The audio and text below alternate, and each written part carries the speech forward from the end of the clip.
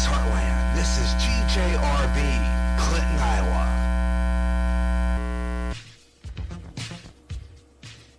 Now, GJRB turns back the clock to bring you radio the way it used to be. Back to the days when radio rolled the living room. This is Radioland. On this edition of Radio, we go to December 21st, 1953 as we start our show with comedy, Fibber McGee and Molly. Then, our Miss Brooks, The American Tragedy, from July 2nd, 1946. In the second hour is Westerns with Hopalong Cassidy, California or Bust, from January 1952. Followed by Death Valley Days, Sam Bass Gets Captured, from August 27th, 1936. In hour 3, it's Detectives with The Adventures of Phillip Marlowe, from May 28th, 1949. Followed by Dragnet, The Big Layout, from January 25th, 1953. We wrap it up with science fiction in The Giant Walks, from Times Unknown. And Beyond Tomorrow, The Mimic, from sometime in the 1950s. So let's turn back the hands of time now and go back to December 21st, 1953 for Fibber McGee and Molly in Radioland. The Fibber McGee and Molly Show.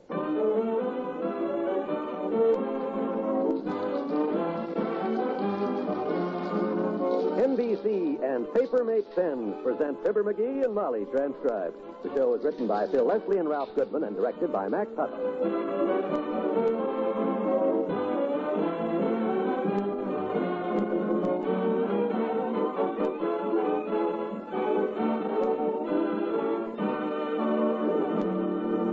Join Fibber and Molly in just a moment. Ladies and gentlemen, your attention, please. I've got $100. 100 genuine United States dollars, and they're yours for a mere $75. Suppose you heard an offer like that. You'd jump at it fast, wouldn't you? So would I. Well, that's the very offer I'm making you today. I'm promising you a guaranteed return of $4 for every $3 you invest. And all you do is buy United States savings bonds. The improved Series E savings bond is the biggest moneymaker yet. Not only does it mature in less than 10 years, but it earns 3% interest compounded semi-annually when held to maturity. You'll find that your savings mount up faster than you would have thought possible. So sign up today for the payroll savings plan where you work, or the bond-a-month plan where you bank. You'll feel more secure tomorrow if you buy United States savings bonds today.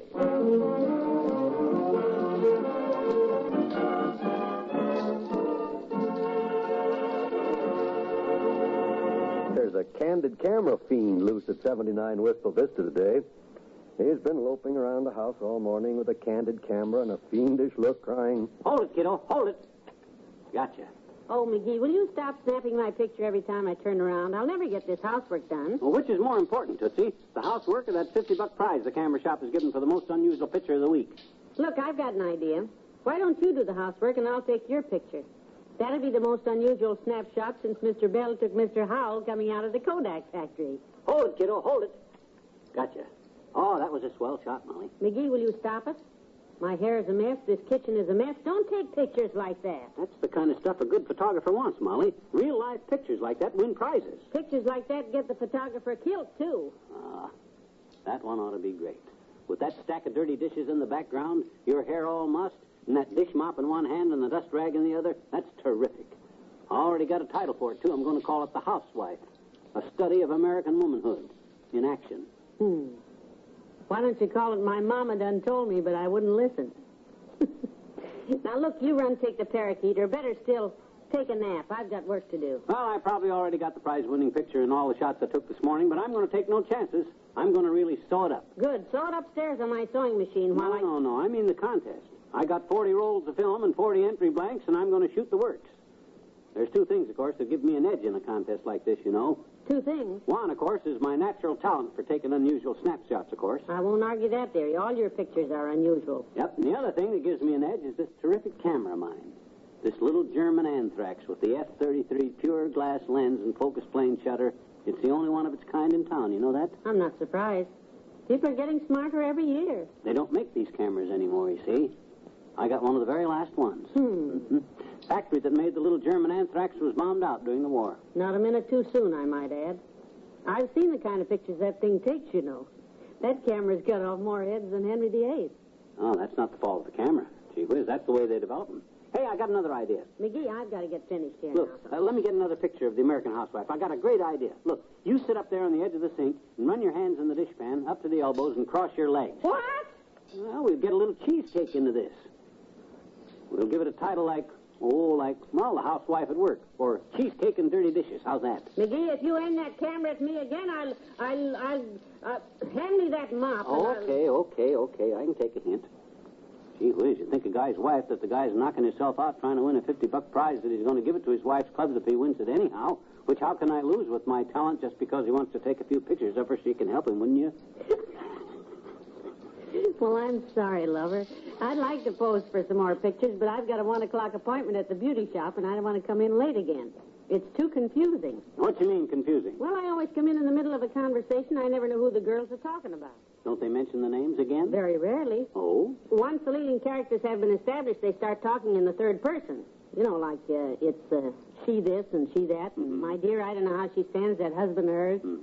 Why don't you ask Madame Bertha who they're talking about? Well, I'm afraid it might be me. I see what you mean. That joint ought to give each customer a program so they can keep track of the players. Well, I'll just have to finish this kitchen when I get back. Better get my hat and run.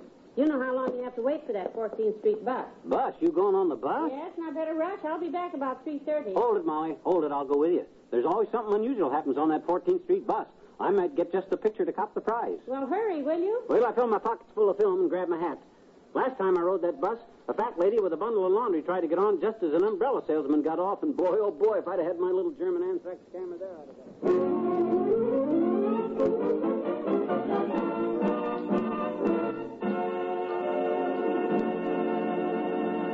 Red one for the old-timer, black one for Wimp, green one for Teeny, a white one for Mrs. What are you doing, McGee? Throwing away old Christmas ties? Christmas ties, I should say not. I'm deciding what color paper-mate pen I'm going to give everybody for Christmas. That's a wonderful gift idea, dearie. Betcha. Everybody can use a paper-mate pen.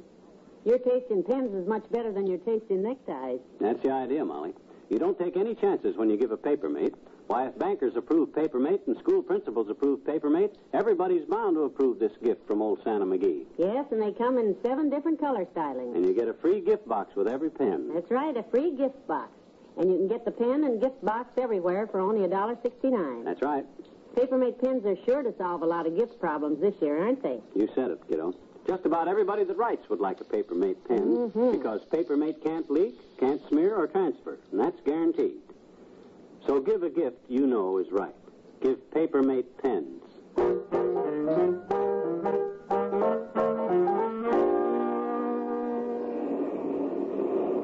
minutes we've been waiting for that bus. Where is he, anyhow? All the time's not being wasted, Molly. I've been shooting pictures right and left while we're waiting. Here comes the bus. Well, thank goodness. When he opens the door now, you get on fast.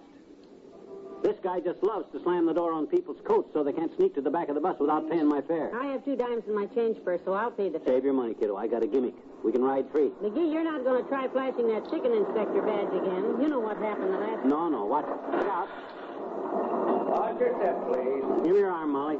Up you go. Thanks, dearie. I've got the dimes ready. Why don't I just... Hold it. This gimmick of mine works every time now, Molly. I've been using it on this same guy for a week. Watch the doors. Have your fares ready. But I'd like to pay our fares, 2 of them. Well, we'd be happy to have them, sir. Just drop 2 dimes in the box there, and it's you again. Yes, I hate to ask you again, Bud, but can you change a $20 bill? Seems like I got nothing but a 20 again. If you can't change it... Hold out your hand. Huh? I've been waiting for you, Max. Hold out your hand. Well, but gee, what... Here's your change, $20 worth in pennies. Yeah, but wait, I don't... Oh, heavenly days. Give me the 20, mister. That's what I've been trying to tell you, Bud. All I got is a 20, but my wife's got 2 dimes. Drop the dimes in, Molly. Oh, all right. What? So, I don't need your pennies, Bud. Here they are back. You dropped the rest of them on the floor. Oh, for the... I ought to... Come on, Molly, let's sit in the back. Hurry up. If I didn't have a schedule to make, I'd bust him right in the nose. Frankly, I wouldn't blame him if he did, dearie. That was a silly trick to pull. My goodness. It sure was. Nobody's going to put one over on me like that. Well, grab a seat. I'm going back in the back of the bus and take pictures. Yes, why don't you go in the back and go under the seat? Molly, you sit here with me. Hello, Dr. Gamble. Glad to see you. Well, if it ain't the big round doctor with the little flat head. Hiya, Lumpy. Sit down, Molly. Thank you, Doctor. Yeah, you can sit on the outside inch and a half of the seat, Molly. The doctor's using the rest of it. Is that really all of you, Fatso? Thought you were holding a Blue Surge basketball in your lap. Oh, McGee, don't talk like that. I'm sorry, Doctor. As a matter of fact, you look lovely today, George. Thank you. Where are you going all dressed up with that white carnation in your buttonhole? Going to be a pallbearer for one of your patients? Again? No, but you're sweet to think so. I'm going to go raise the window and shoot some pictures, Molly. Call me at our stop. All right, dearie. Say, you are dressed up, Doctor. Yeah, I'm on my way to the library, Molly. Pick up Miss Callahan. Oh? We're going to the Kasbah for lunch. The Kasbah. Uh-huh. Is that the little place on Oak Street with the candles on the tables and the gypsy violins? That's it. I've been looking forward to this all week. Yeah, I can imagine. They have the greatest triple-decker sandwiches you ever saw. Bacon, cheese, chicken, anchovies. Oh, it's sensational. Oh, how romantic. Say, what's this snapshot routine your little man-child is engaged in? Look at him leaning out the window there. Somebody give him a roll of film? Oh, far from it. You know, he has about $25 invested in film and stuff. There's a contest at the camera shop. Oh, say no more. You have my sympathy, as usual. Thank you, Doctor. I knew you'd understand. I suppose he's shooting everything in sight and making a general pest of himself with Hey, all I'm getting some swell pictures out of that window, Molly. Be careful now. Character studies, mostly. Got a wonderful shot of a guy shaking his fist when we hit that mud puddle at the last corner. Elm Street next. Elm Street. I'm glad we don't get off there, McGee. They're tearing up Elm Street, and is it a mess? It's a sea of mud. I got my car stuck there yesterday. I don't know what this city is thinking of, tearing it up when there are so Hey, many... that woman up front's going to get off at Elm. I better get back to that window. When she steps off into that mud, I'll get a picture that'll be the greatest picture since... You know, he has a great feeling for humanity, that boy. Well, now, when he enters a contest, Doctor, he really goes all out. I mean, it isn't his fault that the lady has to step off in the mud. Elm Street. Watch your step, lady. Look at him back there. If he gets the picture he's trying to, it should be a dandy. Yeah, he wants to win that contest so badly. Hold it, driver. Wait, don't close the door. I'm getting off. Hey, what's the matter, Molly? Lady? Come on. Come on, Doctor. Get off with me, will you? McGee just fell out the window. Oh, dear, the poor lad.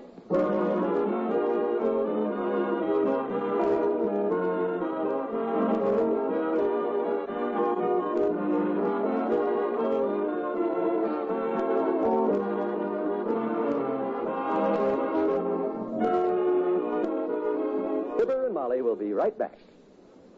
Someone once said that one of the nicest things about growing older was the memories we stored up in our youth. All of our memorable occasions are different, but all of them have one thing in common. They recall pleasure-filled times of days gone by. Every Thursday evening on the NBC radio network, one of show business's greatest entertainers, Eddie Cantor, digs deep into his memory book to recall the little-known stories about the wonderful entertainers he has known down through the years. And when Eddie tells these stories, you'll be carried away in a nostalgic era of glittering entertainment. So make it a date to join Eddie Cantor for his show business show every week on most stations of the NBC radio network. And in addition to the Eddie Cantor Show Business Show, be sure to listen for the Roy Rogers Show with Dale Evans and Pat Brady, and for Father Knows Best, starring Robert Young in the title role. Thursday is another pleasure-filled night on the NBC radio network. So every week, be sure to set your dial to the station where you hear the familiar 3 chimes, your invitation to the best in radio entertainment.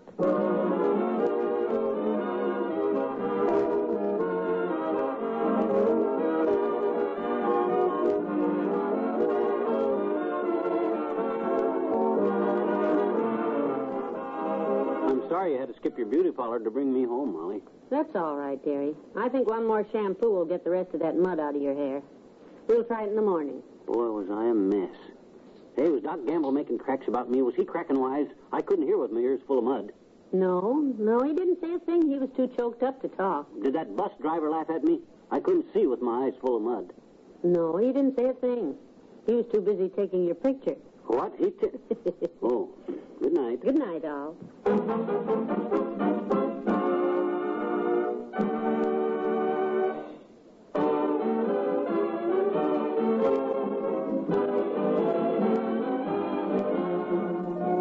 NBC and Paper-Mate Pens have brought you the Fibber McGee and Molly program, transcribed with Arthur Q. Bryan as Dr. Gamble and Joe Kearns as the bus driver.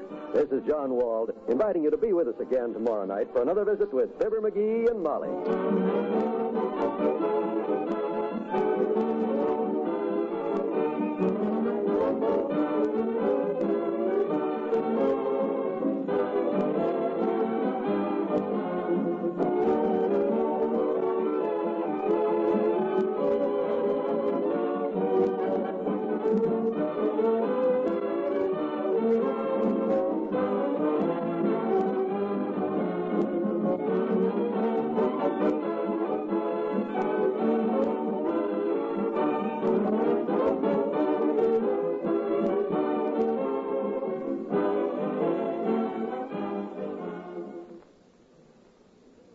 like music? Enjoy it Mondays on the NBC Radio Network.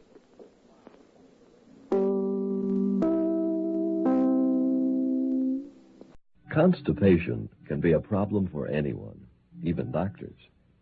And when constipation occurs, it's interesting to see just what doctors consider important about a laxative they might use or recommend. Well, a majority of the doctors we heard from had this to say. A laxative should be effective, gentle, close to natural acting. A medicine that can be used with complete confidence. Now, X-Lax has been popular with many doctors and millions of people over the years because chocolated X-Lax is effective. Overnight, it helps you toward your normal regularity. X-Lax is so gentle, so close to natural acting, there's no upset. That's why many doctors and millions of people use X-Lax with complete confidence. X-Lax, the laxative that helps you toward your normal regularity, gently, overnight.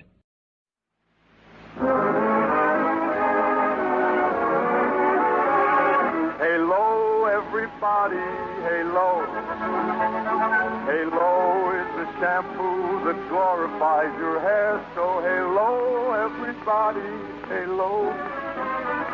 For softer, lively curls and brighter, sparkling hair.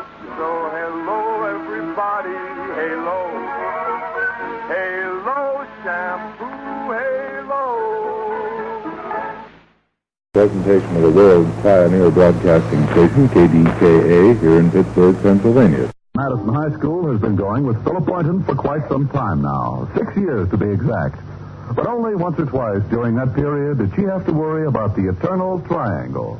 And that's not unusual when your boyfriend is the eternal square. Still, I must admit, I did see green about 2 weeks ago when Mr. Boynton began dating a young society beauty named Lucy Fairchild.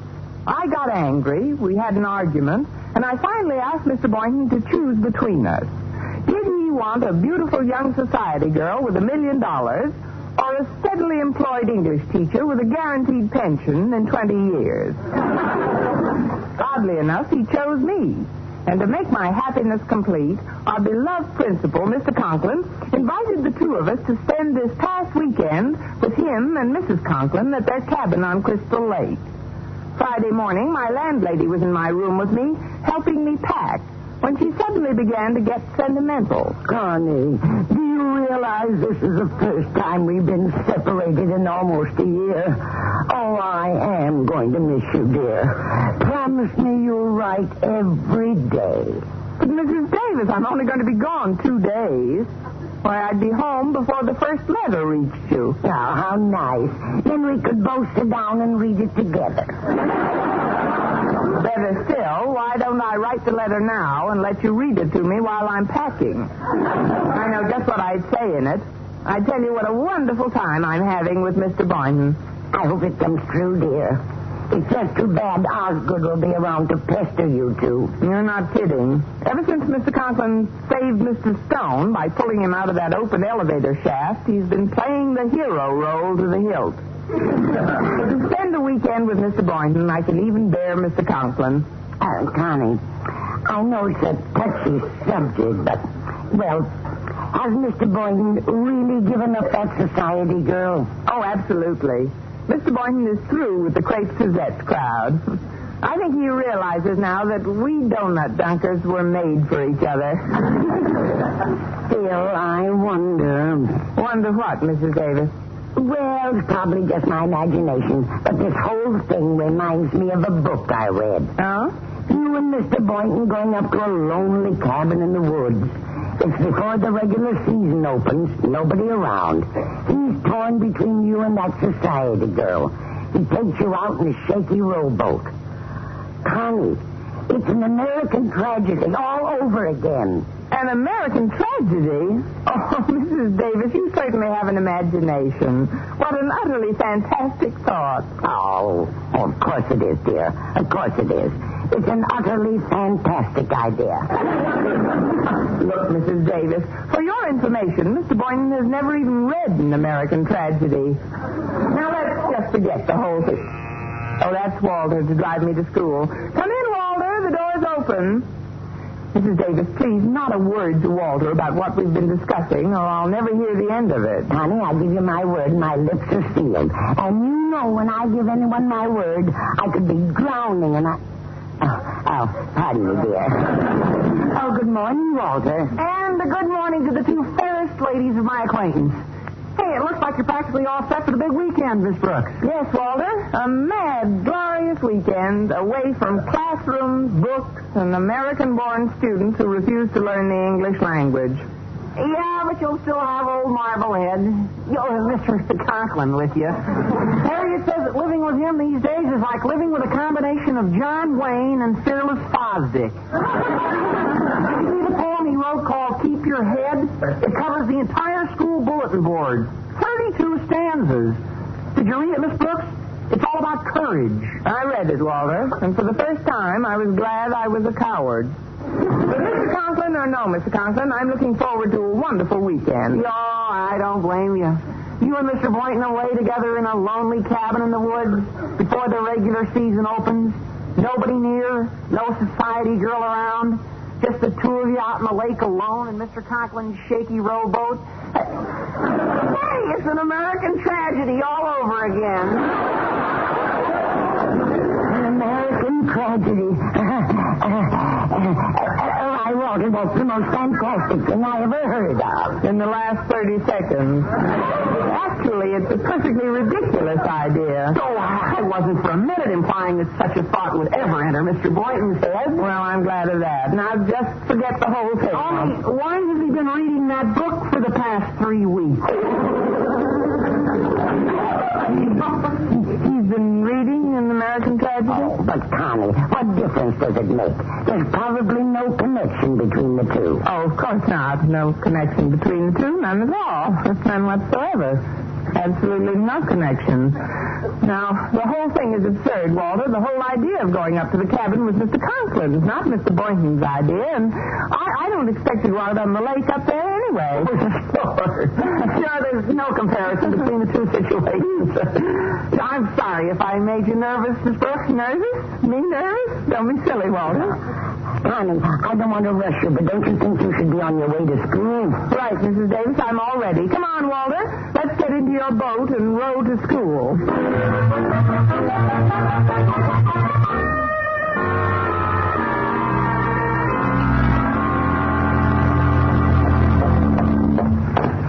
Oh, good morning, Harriet. Oh, hi, Miss Brooks. Why so depressed this morning, dear? I just left Daddy's office. If you were just entering, you'd have an even better reason. Oh, honestly, since Daddy rescued Mr. Stone a few weeks ago, there's simply no living with him. Mother says she's heard so many stanzas of his poem, Keep Your Head, she's losing hers. Gosh, I certainly don't envy you being up at Crystal Lake with Daddy over the weekend. Well, with Mr. Boynton along to keep me company, I'm certain I'll manage. Oh, of course, it should be great for the two of you. Away together in our lonely cabin in the woods before the regular season opens. Nobody around for miles. That society girl forgotten. Just the two of you out on the lake alone in Daddy's wobbly rowboat. Harriet, I won't have you implying this is another American tragedy. But, Miss Brooks, I wasn't implying. You weren't? Of course not. There's certainly no reason to be suspicious of a man just because he suggested to Daddy that he open his cabin and invite you along. Mr. Boynton asked your father to open his cabin and invite me along? Is this Mr. Boynton's idea? Yes, but that's certainly nothing to be upset about. Upset? Who's upset? Why should I be upset? Besides, Mr. Boynton has never said anything about going out in any boat. He's never mentioned that. Never once. So why should I be upset? Good morning, Miss Brooks.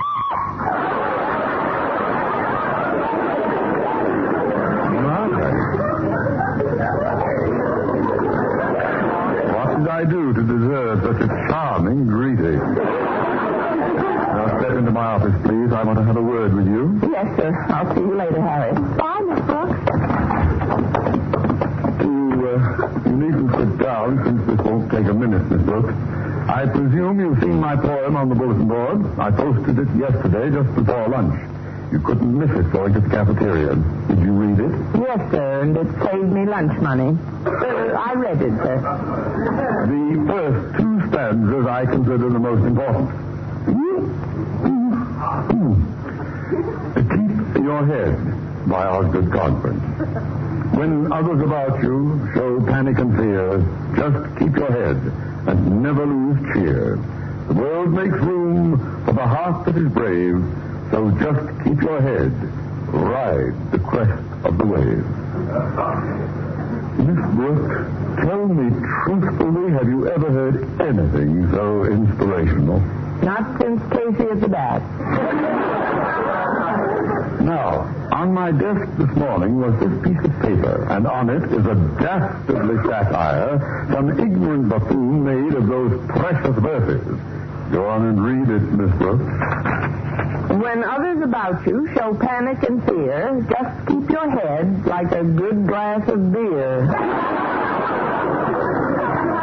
The world makes room for the heart that is brave, so just keep your head. You'll have something to shave. Who could have done this to me, Miss Brooks? Who could have played this ghastly trick on Osgood Conklin? Who? Miss Brooks, are you listening to me? Oh, did you hear what I said? Oh, pardon me, Mr. Conklin. I really don't know who could have written it. Will you excuse me now, sir? I'm not myself today. I feel a little nervous. Oh, well, then this weekend with us up at the lake will do you good. You'll have plenty of opportunity to be alone with Mr. Boynton. You've always wanted that, haven't you? Yes, but not quite this way. That is, it should be nice, sir. It certainly should be for both of you. But something he asked me yesterday has me a little puzzled. Something he asked you? Yes. He asked me, did I have a good, strong rowboat? Good, strong rowboat. He asked you that? When did he ask you that? Right after he asked me how deep the middle of the lake was. How deep the middle of the lake was? Oh, yes. Looks like Mr. Boynton plans to drown you. What's the matter, Miss Brooks? There's your sense of humor. I was only joking. I'm certain such a delightful, hideous thought. Boynton dead. Oh, no, I'm certain it didn't, sir. Absolutely certain. Now, if you'll please excuse me. Miss Brooks, where are you going? Down to the pool to learn to swim.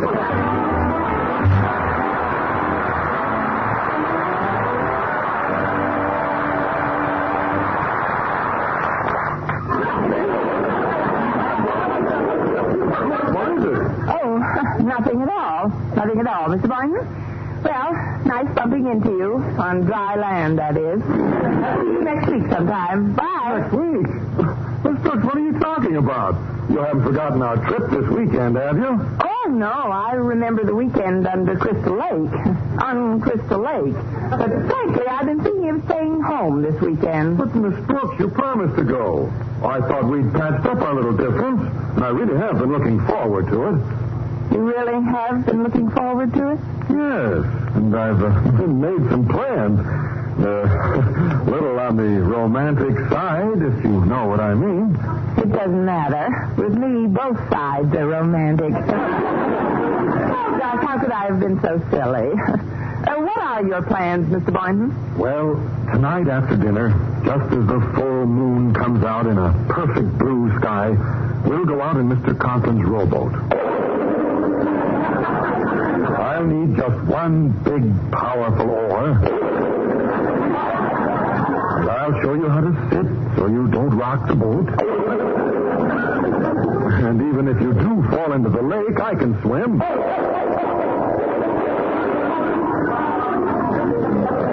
Oh, why are you looking at me that way? What is it? Oh, I think I know what's bothering you. You're mystified as to my actual reason for this trip. Now, isn't that it? No, I've read chapter 23. My actual reason for going up to the lake is to gather first-hand information on the nocturnal habits of the...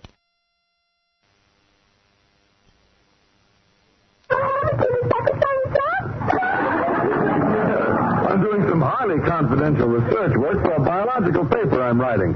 I wasn't even going to tell you until we got up there. And that's the only other reason you wanted to go out with me in a rowboat tonight? What did you think I wanted to go out with you for? To repeat an American tragedy? It was a perfectly crazy idea. How could a thought like that even enter my mind? Of course. Well, I've got a class now, Miss Brooks. I'll pick you up at your house at 4 o'clock sharp. I'll just honk my horn and you come out. I should be all packed by then, but if I'm not right out, tread water wait for a few minutes, will you?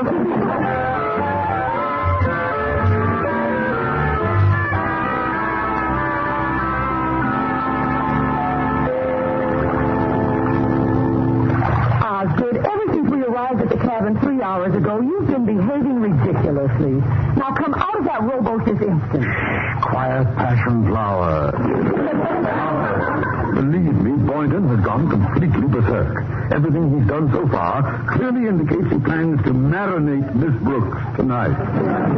Osgood, please stop hiding under that tarpaulin. They're bound to see you sooner or later. Believe me, Pooksy girl. Your Osgood knows what he's doing. I've collected facts from Walter Dent and Harriet and Miss Brooks herself, and there's no question about it. Boynton plans to end his romantic obligations to Miss Brooks by bashing her over the skull and using her as bass bait. But I am going to save her. Save. Osgood, since you pulled Mr. Stone out of that elevator shaft and became a hero, you've been simply impossible. Now, please get out of that boat before they come down here. Worry not for your Osgood's safety, my pet. He knows how heroes are expected to act in emergencies, and he shall not be found wanting. The world makes room for the heart that is brave, so just keep your head. And you have something to save.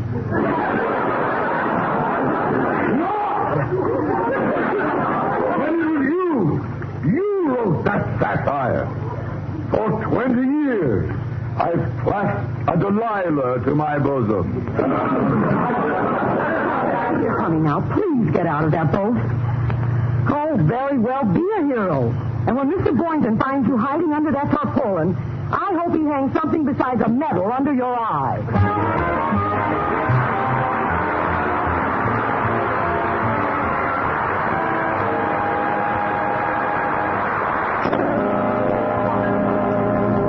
No doubt in Mr. Conklin's mind, Mr. Boynton was going to end his romantic idyll with Miss Brooks by using her to fatten up the fishes. So, to present another American tragedy, when the two took his rowboat out on Crystal Lake, he hid himself under the top. Oh, gosh, isn't it nice and peaceful out here on the lake, Mr. Boynton? Oh, it sure is, Miss Brooks. I wonder if you'd mind. That is, well, can I hold your hand? I doubt it. We're about 8 feet apart. You could sit closer. Why don't you sit on that tarpaulin? Oh, no, thanks. I tried it before, and I felt like I was sitting on a mass of whale blubber.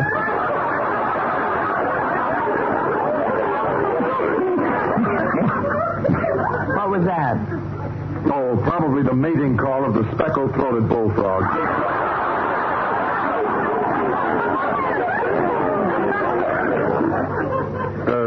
Would you like me to tell you about the love life of the frog, Miss Brooks? Right now, I'm trying to develop one of my own. I mean, some other time, Mr. Boynton. Well, maybe I could move a little closer to you. No, stay where you are. I'll come to you. Very well. Only be careful. This boat's awfully shaky. Now, here, I'll hold the oar up high and give you... Oh, Miss Boynton! There'll be no American tragedy in this boat. Mr. Conklin, then it was you under the tarpaulin. See? I told you it felt like a mass of whale blubber. Mr. Conklin, what are you doing in this boat? What am I doing? Miss Brooks, wherever a human life is in peril, there you will find Osgood Conklin. Confess, Boynton, what are you doing out here on the lake with Miss Brooks and that oar? We're rowing around studying the nocturnal habits of the speckled bullfrog. Good boy, I knew if I put it to you that way, you'd confess. You were going to bash her head in, drown her, then swim to shore and plead that you're rowing around studying the habits of the speckled bullfrog.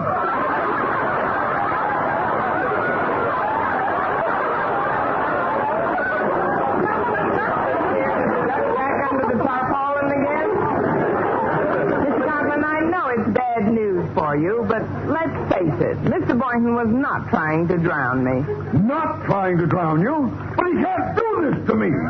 I mean, I worked so hard to be well, just to play it safe, Boynton, I'll take that oar. But, sir, this is preposterous. Nothing will happen in this boat as long as Osgood Conklin is here. That's just the trouble.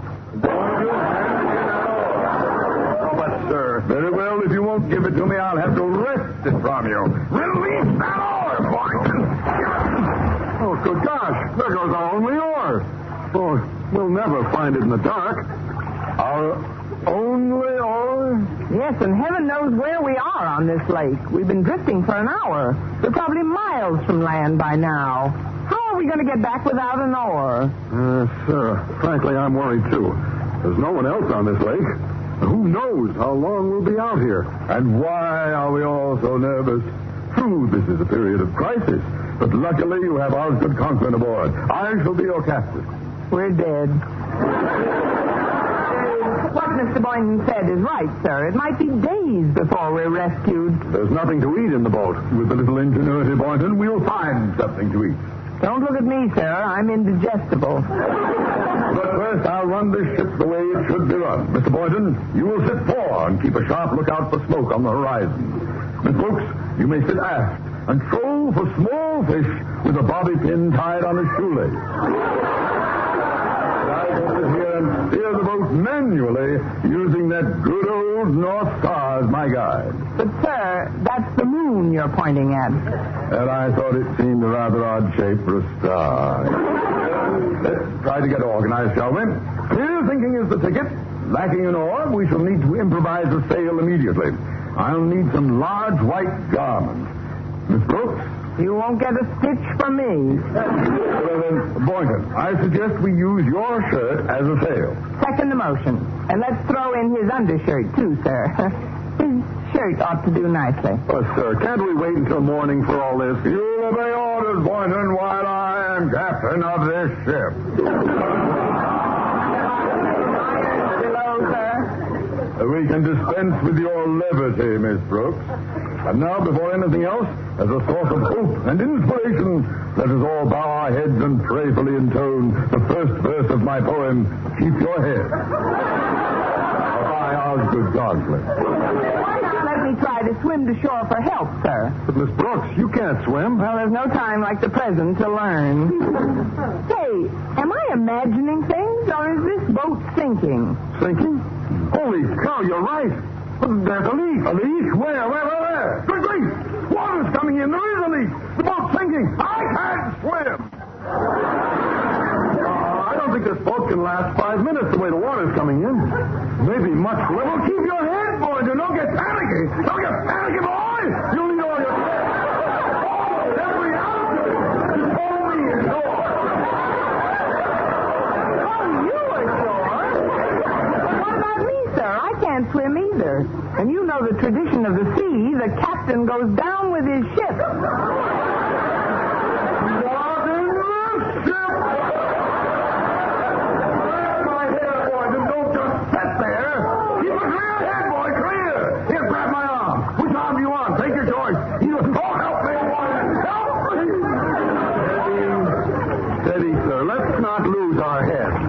Of your poem, sir.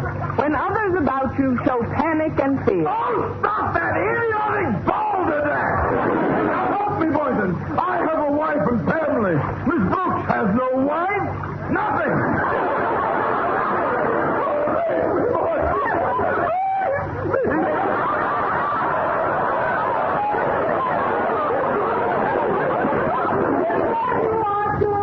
Who's that? Martha! Good heavens, I see the mother of my child! The Lord must be flashing before my eyes! Arthur, what on earth are you babbling about? Martha, is that really you? How did you get out here? Are you treading water? What for? The lake is only 3 feet deep here. Shouting, so I put on your hip boots and waded out. It's only 3 feet deep here? Now will you let the women and children go first? Mrs. Conklin, just where are we now? Oh, the cabin is just around the bend, Mr. Boynton. Now, Osgood, Will you kindly explain just why my big hero suddenly went to pieces? Went to pieces? Why, Martha, what a fantastic idea. Oh, I will admit I was a little upset, but it was more for the safety of Mr. Boyden and Miss Brooks and myself. My first concern was for their safety. Isn't that so, Miss Brooks? Well, what do you say, Miss Brooks? The next time you run Mr. Conklin's bath, be sure you throw in a life preserver. When I was school teacher, attempts to run away. It was the year World War II ended, and the troops came home, and the music was fabulous, with big hits from Perry Como, Judy Garland, and the Andrews Sisters. The year was 1945. Listen to the year in music on the next Swing Time. I'm Gary Rustin, and I'll be featuring the biggest hits from that year, along with trivial information about the prices of items such as groceries, the news events, the culture of 1945 on the next Swing Time. A special encore presentation, October 27th on GJRB. America's Street Music is back on GJRB, Bluegrass with the Grassgolds, Bill Monroe and his Bluegrass Boys, and so much more. So it's time to bring it back, and on more often. It's Bluegrass Jubilee Freestyle, with all the great songs you heard before, and some new up-and-coming stars with some emerging bluegrass. Also, some all-time gospel favorites, too. At a brand new time, every third Saturday at 12 noon Central on GJRB. End times are upon us, and we need to know what's happening. Knowing the truth is key to survival. There are lots of news events going on in the world that have certain significance to end-time happenings. Listen, as men and women gather to discuss the news and how it lines up with Bible prophecy on the last 7 days. Uploaded as a podcast Wednesdays and run live every third Friday at 12 o'clock noon Central on GJRB. Coming to GJRB, a program highlighting the artists that play on GJRB. Artist Showcase. The first show featuring the music of Samuel Day. We'll talk about him and his music and the songs he wrote and recorded, including his latest hit on the GJRB playlist, The Roses.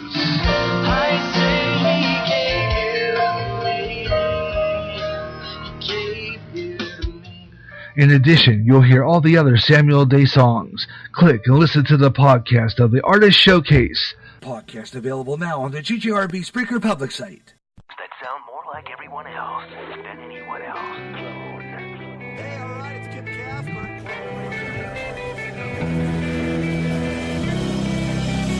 Spreaker is the website which turns anyone into a radio DJ. Log on to Spreaker.com for listening to thousands of radio channels and start creating your own radio today.